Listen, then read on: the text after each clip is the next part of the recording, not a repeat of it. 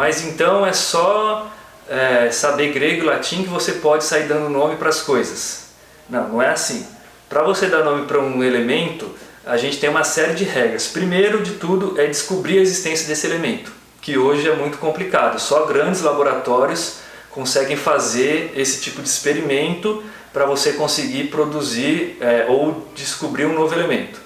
Depois você tem uma série de regras, e aí eu deixei mais um link de uma matéria falando dos últimos 4 elementos da tabela periódica que foram nomeados nessa década ainda, por volta de 2016, 2017.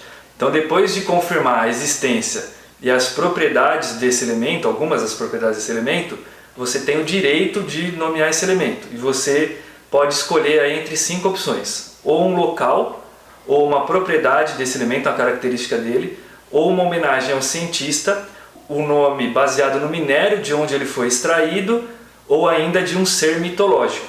Baseado nessas regras, acho que o maior grupo que a gente tem são dos elementos que homenageiam ou que têm relação com seres mitológicos. A gente tem, por exemplo, o selênio e o telúrio, que se a gente pegar aí no latim, no grego, a gente vai buscar os significados dessas palavras. O selênio está ligado à lua e o telúrio está ligado à terra, né?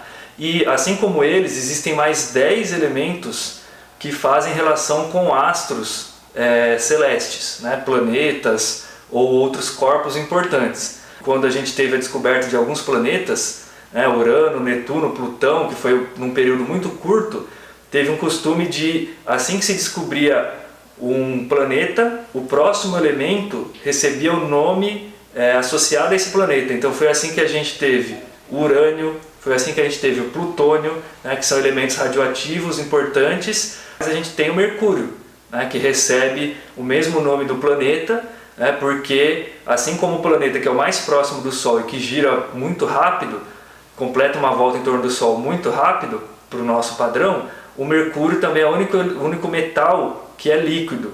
Então ele foi considerado também como se fosse uma característica semelhante e que lembra um mensageiro dos deuses, na cultura latina. E a gente tem também, por exemplo, o tório, que não homenageia um deus latino ou grego, mas homenageia um deus dos povos, vamos dizer assim, escandinavos, E vocês podem me corrigir depois nos comentários aí, da mitologia, nórdica e tal. Então ele homenageia o deus Thor. A gente tem também o hélio. E por que o hélio recebeu esse nome? É uma história interessante, porque o hélio ele foi descoberto primeiramente no Sol. É uma história que a gente pode contar depois, como que se conseguiu descobrir um elemento no Sol, sendo que a gente não tem como chegar até lá, mas pelo fato dele ter sido descoberto no Sol e só depois ter sido comprovada a existência dele na Terra, ele recebeu esse nome de hélio em homenagem ao deus grego do Sol. O rádio, que depois a gente vai lembrar da radioatividade, vem do latim raio. Então rádio é a palavra latina para raio. E o rádio foi um dos primeiros elementos radioativos, Falando aí em bomba nuclear, fissão nuclear, na fusão nuclear, as estrelas são formadas de hidrogênio, e quando elas explodem, elas morrem, elas produzem os elementos mais pesados da tabela periódica. E se já é difícil a gente aprender o grego e o latim, que a gente não tem acesso na escola, imagina o que seria aprender o árabe. Eu tive um aluno sírio e pude aprender um pouco com ele algumas coisas sobre árabe. Por que o árabe é importante? Porque durante a chamaridade das trevas, que vai aí mais ou menos 1500 anos da nossa história, a Igreja Católica dominou praticamente toda a Europa, e ela proibiu o desenvolvimento da ciência para que isso não entrasse em contradição com alguns dogmas da Igreja.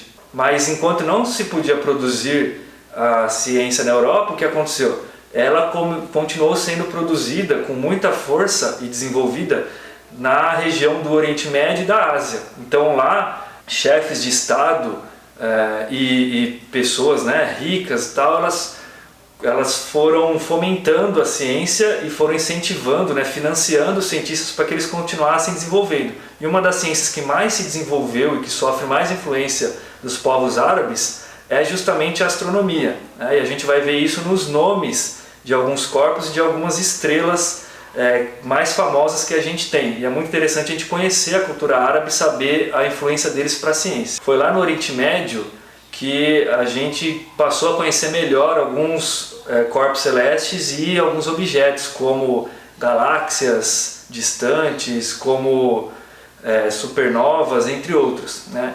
E por isso algumas estrelas receberam nomes de origem árabe.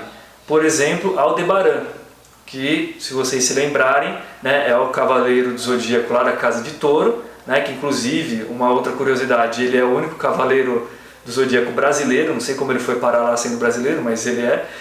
Aldebaran é o nome da principal estrela da constelação de Touro. Se a gente for traduzir o nome, não significa muito touro, né? O que significa esse nome Aldebaran é aquela que segue, mas isso porque essa estrela Aldebaran parece estar seguindo um outro conjunto de estrelas que são as Pleiades, que recebem esse nome por causa da mitologia grega.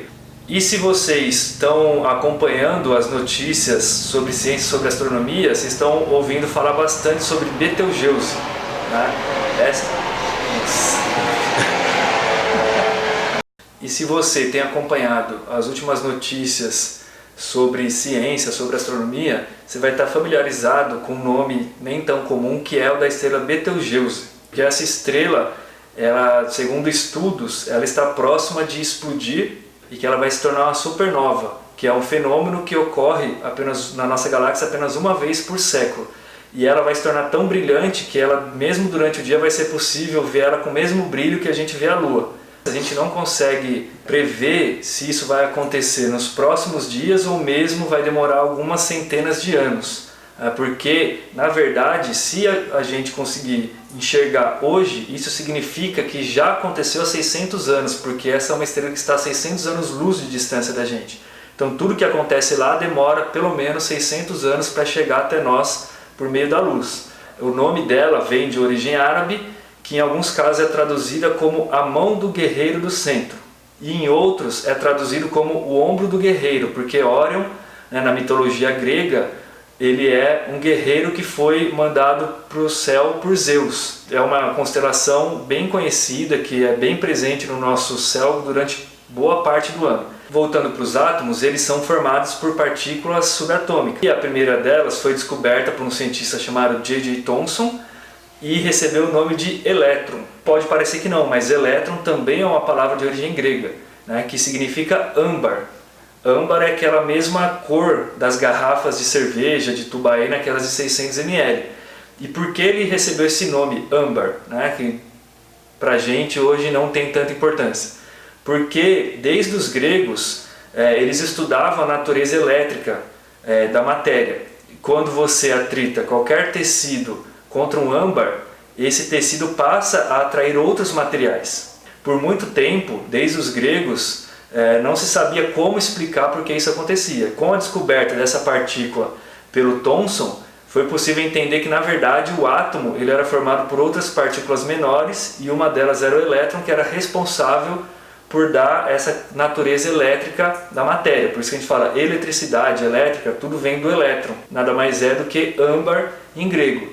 E você deve agradecer ao elétron por todas as facilidades que você tem na sua vida baseadas na eletricidade, né? E principalmente também ao Faraday, porque desde que Faraday aprendeu a produzir a eletricidade, a sociedade se transformou completamente e hoje a gente pode estar gravando esse vídeo e passando essas informações e trocando essas ideias aqui. E também tem duas outras partículas, que são o próton e o nêutron, mas o nome delas é principalmente baseado na característica delas. O próton tem carga positiva e o nêutron tem carga neutra. E se você teve a sorte de pegar um bom professor de física, uma boa turma e uma boa escola, né, que conseguisse chegar a estudar física moderna, e principalmente se você teve um bom governo, né, que incentivou a educação, você aprendeu que essas partículas não são partículas fundamentais, diferente do elétron. Elas são partículas formadas por outras menores ainda, que são chamadas de quarks. Esse nome quarks foi dado por esse cientista de forma aleatória, justamente para a gente quebrar essa associação entre o nome e uma figura, pra gente não, porque no mundo subatômico as coisas não têm uma forma muito definida. Então, quando a gente pensa um nome e associa com outra coisa, a gente já vem na nossa imagem que aquela partícula teria um formato. esse nome Quarks foi justamente para tentar quebrar essa característica que é uma tradição da ciência. Acredito que a gente tenha conseguido tirar bastante dúvidas e trazer mais conhecimento para vocês, né? Falar de várias curiosidades. E antes de gerar mais confusão do que entendimento, a gente vai encerrando o nosso vídeo por aqui. O nosso primeiro vídeo, a gente está aprimorando o nosso trabalho, então a gente pede desculpa por alguns detalhes que tenham surgido durante o vídeo, que é um trabalho independente, né, em parceria com o Jornal A Verdade, e que a gente vai melhorar constantemente para trazer sempre um material de maior qualidade para vocês. Então a gente agradece ao Jornal A Verdade pelo espaço, né, pela parceria. A gente pede que vocês curtam o vídeo, se inscrevam no canal, compartilhem com mais pessoas, com mais colegas, com pessoas que vocês acham importante ter acesso a esse conteúdo. Passem lá nos comentários e deixem tanto opiniões sobre o vídeo, quanto sugestões de temas ou mesmo dúvidas que surgiram ao debater esse assunto. Porque o que move a humanidade não é a certeza, é a curiosidade. Então todas as dúvidas que vocês têm, vocês podem colocar lá. Deixo um último recado aí, que a ciência, o papel da ciência é nos ajudar a entender a vida. Então por isso que a gente está construindo essa série junto com o Jornal A Verdade. Muito obrigado e até o próximo vídeo.